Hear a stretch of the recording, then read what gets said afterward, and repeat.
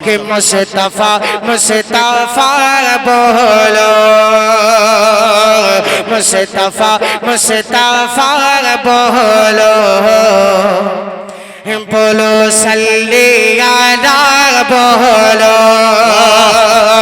मुस्तफा मुस्तफा बोलो, बोलो सल्ली अला बोलो।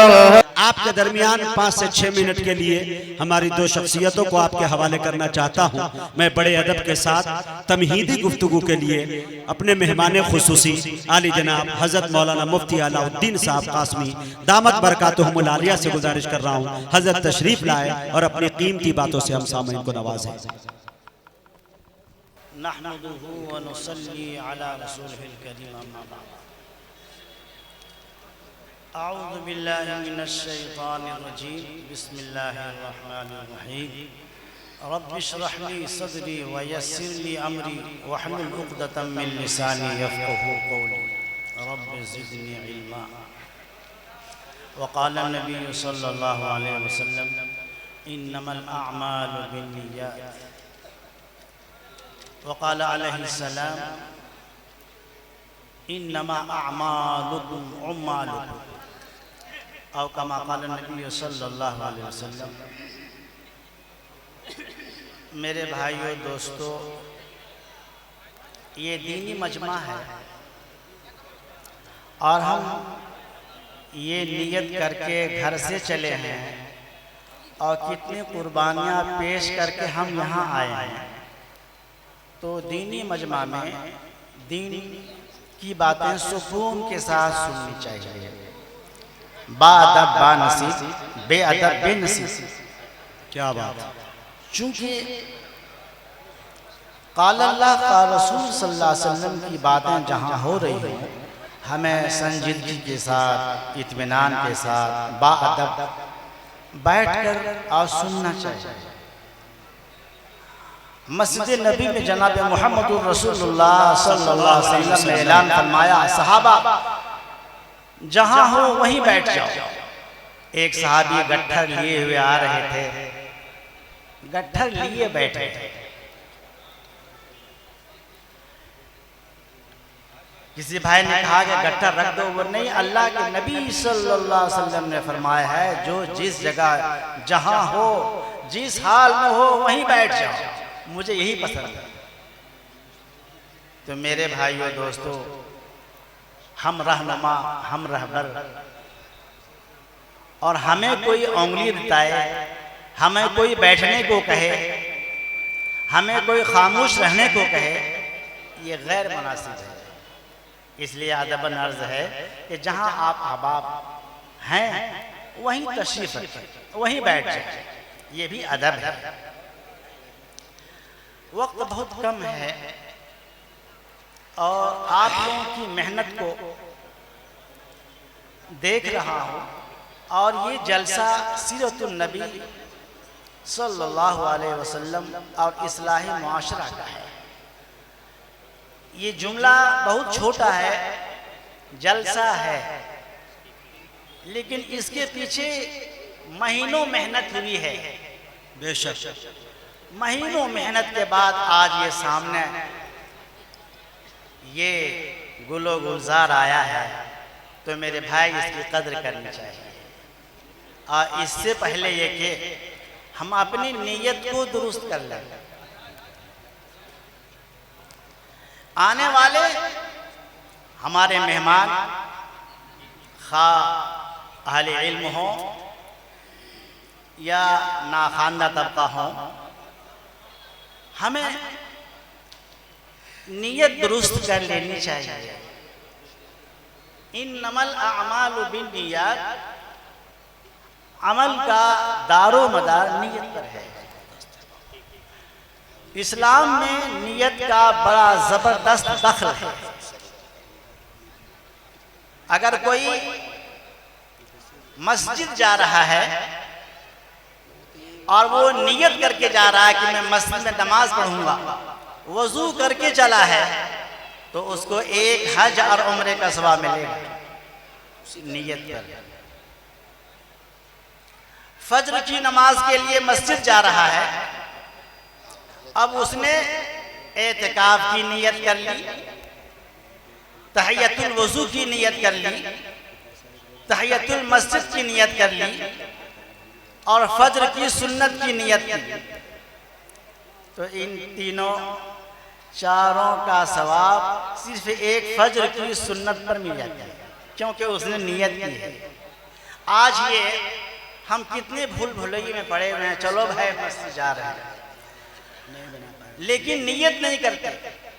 जिस जिस चीज़ों की नियत की है इलादा उसको सवाब मिलेगा।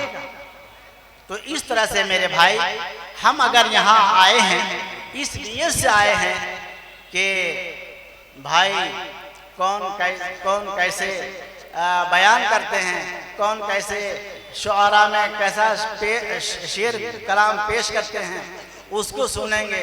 जब अच्छा लगेगा तो हम छूट देंगे, इनाम देंगे, और अच्छा ना मिल रहा कुछ मिले तो मेरे भाई इससे कुछ मिलने को नहीं, ये वाहवाही से कुछ नहीं होता। मेरे भाई और दोस्तों, इसलिए कहा गया कि नियतों को दुरुस्त कर ली जाए। हम ये नियत कर लेंगे कि ए अल्लाह, हम जो फला मकाम पे फला इज्तिमा पे हम जा रहे हैं इसलिए कि उलमा किराम से मुलाकात करूँगा। और आता है कि उलमा किराम से मुलाकात करना एक नबी से मुलाकात है, एक नबी से मुसाफा है जी। इस नियत से हम करेंगे तो मुझे सवाब मिलेगा।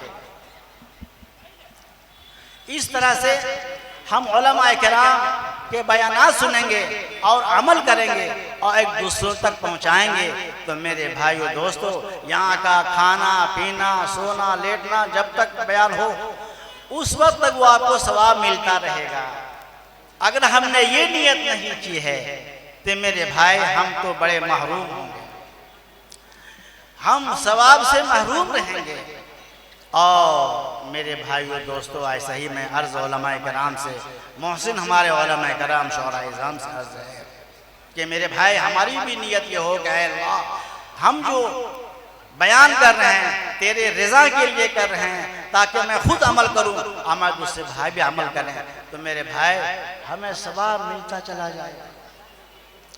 इसलिए हम अर्ज़ कर रहे हैं कि मेरे भाई, कल महशर के दिन, वो हदीस लंबी है, कल महशर के दिन ये ना कह दे कि एक आलिम को बुलाया जाएगा कि तुमने क्या किया, कि ऐ अल्लाह, हमने इल्म को जगह जगह फैलाया, जगह जगह हमने इशाअत की, जो तुमने किया वो शोहरत के लिए किया और तुम्हारी शोहरत दुनिया में हो चुकी।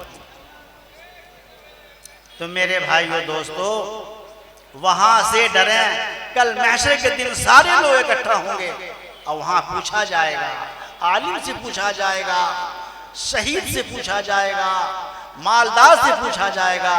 अगर हम खुदा के खुशनुदी के लिए अगर ये काम नहीं किया तो ये बेकार हो जाएगा मेरे भाई। इसी तरह से हम आपसे अर्ज करेंगे कि यहाँ जो हमने मुबारक वक्त को निकाला है, इसको काम में लाया जाए, इसको कीमती बनाया जाए जी। तो फिर हमारा मौलाना एक मिनट हजरत रुकेगा। ये दाएं जानिब जो सब लोग भाग रहे हैं, मैं आपको ये बात, किसी के पैर पे बाइक गिर गई है, यानी मोटरसाइकिल गिर गई है, और आप इतना खुश हो के उधर दौड़ रहे हैं जैसे उत्तर प्रदेश की सरकार गिर गई है कि नहीं? ये कौम का हाल है हमारा। बताइए कैसे लोग भागे जा रहे हैं। एक बाइक गिर गई है, कमेटी के लोग वहां पहुंच गए हैं, इंशाल्लाह ज्यादा मामला होगा तो डॉक्टर को दिखला दिया जाएगा, लेकिन सारे के सारे लोग उधर ही दौड़ रहे हैं। लिहाजा मेरी गुजारिश है कि आप लोग जाने का माहौल न बनाएं। मैं आपसे ये बताना चाहता हूँ कि जनाब हजरत मौलाना सलमान साहब मज़ाहिरी, जो लखीमपुर खीरी लखनऊ के करीब से वो तशरीफ लाए हैं, उनका बयान होना है। ये है मेरे भाइयों दोस्तों, हम जो भी काम करें अल्लाह के लिए करें तो उसमें मुझे सवाब है। एक साहब बड़ा अच्छा मकान बनाया, उसके दिल में ख्याल आया कि मैं इसका उद्घाटन इफ्तिताह मैं अपने पीर साहब से करूं। तो अपने पीर साहब को बुलाया कि हजरत हम मकान बनाए हैं, उसका इफ्तिताह उद्घाटन करना है, लिहाजा तशरीफ ले आए। हजरत ने कहा कि ये बताओ कि ये इतनी बड़ी बड़ी खिड़कियां किस लिए बनाई हैं? कि हजरत हमने इतनी बड़ी बड़ी खिड़कियां इसलिए बनाई हैं ताकि इसमें हवा आए। यही नियत की? बोल जी यही नियत की। खुदा के बंदे, हवा को कौन रोकता है? तुमने ये नियत क्यों नहीं कर ली कि अल्लाह, ये हमने खिड़कियां जो बनाई हैं अजान की आवाज़ आने के लिए ताकि मैं वक्त पर मस्जिद पहुंच जाऊं, यहाँ किसी गमज़दा मुसीबत ज़दा की आवाज़ मेरे कान तक पहुंच जाए तो मैं उसकी मदद कर सकूं, इसलिए मैंने खिड़कियां बनाई। तो खिड़कियां का बनाना भी सवाब में दाखिल होता और ये हवा तो मुफ्त को आते ही, कौन रोक रहा है? तो मेरे भाई सिर्फ रुख बदल देना है, बाकी इससे हमारी तो जीत है, हमारी जीत है।